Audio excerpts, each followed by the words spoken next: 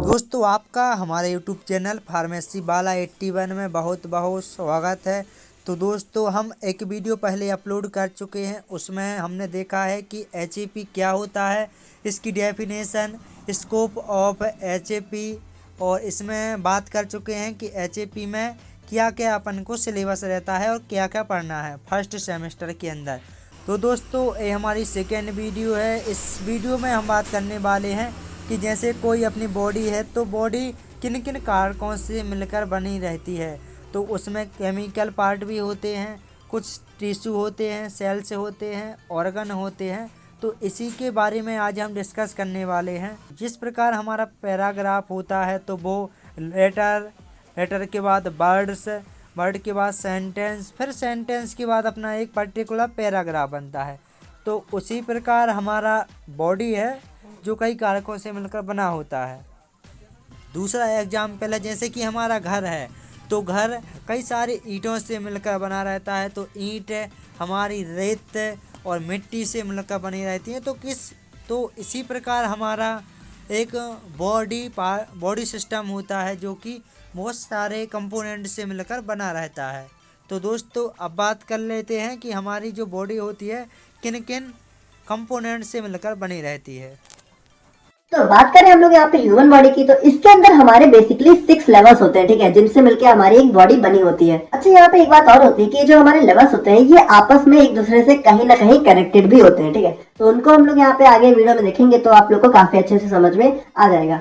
तो यार देखो, इसको थोड़ा सा डिटेल में देखने से पहले हम लोग इसको यहाँ पे एक फिगर से समझने की कोशिश करते हैं, ठीक है। तो इसको मैंने आप लोग के लिए ड्रॉ कर दिया था ताकि आप लोग को समझ में आ जाए। तो इनको हम लोग यहाँ पे एक एक करके देखने वाले हैं। यहाँ पे बस हम लोग इसका एक बेसिक आइडिया ले रहे हैं। तो जो हमारा सबसे स्मॉल लेवल होता है वो होता है हमारा केमिकल लेवल। फिर हमारे कई सारे केमिकल मिलके हमारे सेल्यूलर लेवल का फॉर्मेशन करते हैं। फिर हमारे कई सारी सेल मिलके हमारे टिश्यू लेवल का फॉर्मेशन करती हैं। फिर हमारे कई सारे टिश्यू मिलके एक ऑर्गन लेवल का फॉर्मेशन करते हैं, ठीक है। और कई सारे ऑर्गन मिलके हमारे सिस्टम्स बनाते हैं, और कई सारे सिस्टम्स कंबाइन होकर हमारी एक ह्यूमन बॉडी का फॉर्मेशन करते हैं, जिसको हम लोग यहाँ पे ऑर्गेनिज्म लेवल में देखते हैं।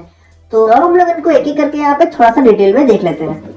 तो बात करें हम लोग यहाँ पे अपने केमिकल लेवल की, तो ये हमारी ह्यूमन बॉडी का सबसे जो है छोटा या फिर लोवेस्ट लेवल होता है, ठीक है। और इसके अंदर जो भी हमारे एटम्स होते हैं और मॉलिक्यूल्स होते हैं, लाइक हमारा नाइट्रोजन, फॉस्फोरस, ये सारी चीजें हमारी आ जाती हैं। तो यार आप लोग इसमें बिल्कुल कंफ्यूज मत होना। हमारे कुछ सारे एटम्स होते हैं जिनसे मिलकर हमारी बॉडी बनी होती है, यानी सारे नहीं, लेकिन हमारे कुछ एटम्स ऐसे होते हैं जो हमारी बॉडी के अंदर पाए जाते हैं।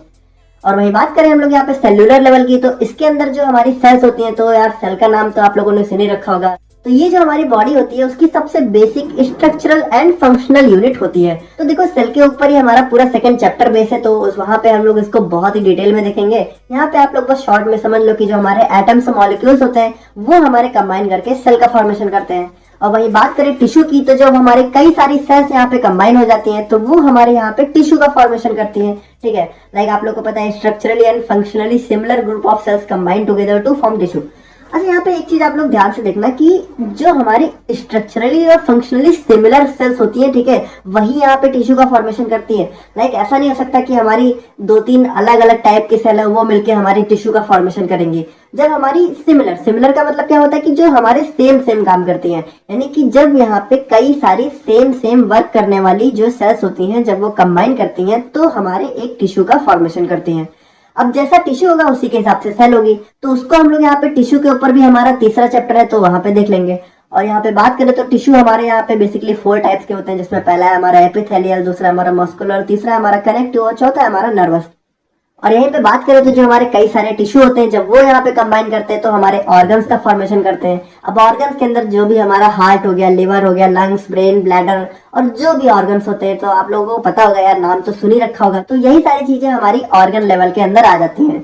तो देखो यार, HAP को ना आप लोग बिल्कुल प्रैक्टिकली अपनी बॉडी से रिलेट किया करो, ठीक है। बिल्कुल भी इसमें यहाँ पे कुछ भी रटने की जरूरत नहीं है। आप लोग इसको समझो ना, बिल्कुल हमारी बॉडी ही तो है। देखो यहाँ पे जो मैथ साइड वाले स्टूडेंट हैं, तो आप लोग को बता दूं कि मैं भी यहाँ पे मैथ साइड से ही था, ठीक है।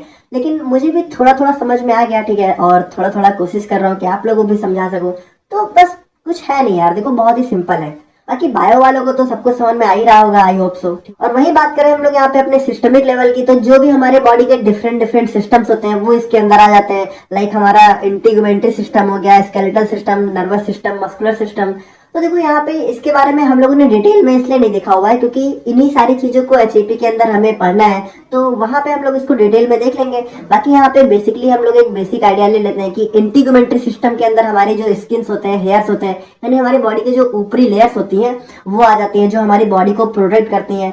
और यहाँ पे स्केलेटल सिस्टम के अंदर हमारी जो भी बोन्स होती हैं, हड्डियां होती हैं, वो आ जाती हैं। और मस्कुलर सिस्टम के अंदर आप लोग को पता है हमारी जो मसल्स होती हैं वो आ जाती हैं। और नर्वस सिस्टम के अंदर हमारी बॉडी के अंदर जो भी सोचने समझने की क्षमता है, ठीक है, लाइक हमारा ब्रेन हो गया, वो हमारा नर्वस सिस्टम के अंदर आ जाता है। और उसी तरीके से जो हमारा एंडोक्राइन सिस्टम होता है उसके अंदर हमारा जो बॉडी के डिफरेंट हार्मोन्स होते हैं वो आ जाते हैं। और सर्कुलेटरी सिस्टम के अंदर हमारा जो ब्लड होता है, हार्ट होता है, यानी जो हमारा ब्लड का सर्कुलेशन होता है पूरी बॉडी में, जो हमारा ब्लड दौड़ रहा होता है वो हमारा सर्कुलेटरी सिस्टम के अंदर आ जाता है। और रेस्पिरेटरी सिस्टम के अंदर जो भी हम सांस लेने का काम करते हैं, यानी जो हमारी लंग्स होती है और जो भी हमारे रेस्पिरेटरी ऑर्गन है वो हमारे इसके अंदर आ जाते हैं। और डाइजेस्टिव सिस्टम की बात करें तो यार इसके बारे में तो आप लोग को पता ही होगा कि जो भी हम लोग खाना खाते हैं तो उसके डाइजेशन का, उसके एब्जॉर्प्शन का काम हमारा डाइजेस्टिव सिस्टम करता है, ठीक है।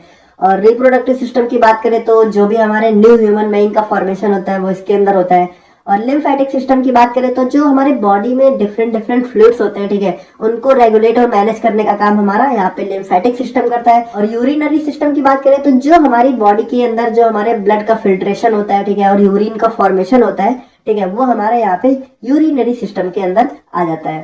तो इसी तरीके से जब हमारे ये सारे सिस्टम्स कंबाइन कर जाते हैं तो हमारी क्या होता है, एक बॉडी का फॉर्मेशन होता है जिसको हम लोग यहाँ पे ऑर्गेनिज्म लेवल के नाम से जानते हैं। तो ये क्या होता है, ये हमारे ऑर्गेनाइजेशनल स्ट्रक्चर का हाईएस्ट लेवल होता है जहाँ पे हमारे बॉडी के सभी पार्ट्स एक दूसरे के साथ यहाँ पे फंक्शन करके हमारे जो है टोटल ऑर्गेनिज्म को कंप्लीट करते हैं, यानी उसका फॉर्मेशन करते हैं, यानी जो हमारी ह्यूमन बॉडी है उसका फॉर्मेशन करते हैं। तो आई होप कि यार आप लोग को आज का लेक्चर समझ में आ गया होगा और एचएपी और फार्मास्यूटिक्स के लेक्चर दोनों ही आप लोग को साथ में ही देखने को मिलेंगे। और कोशिश रहेगी कि यार एक दिन में 2 वीडियो भी डालने की कोशिश की जाए। बाकी अभी तो एक आ रही है, तो एक तो देखो यार आप लोग को जरूर देखने को मिलेगी। और बाकी मिलते हैं नेक्स्ट वीडियो में। कुछ समझ नहीं आएगा तो प्लीज आप लोग कमेंट करके बताना। Thank you so much.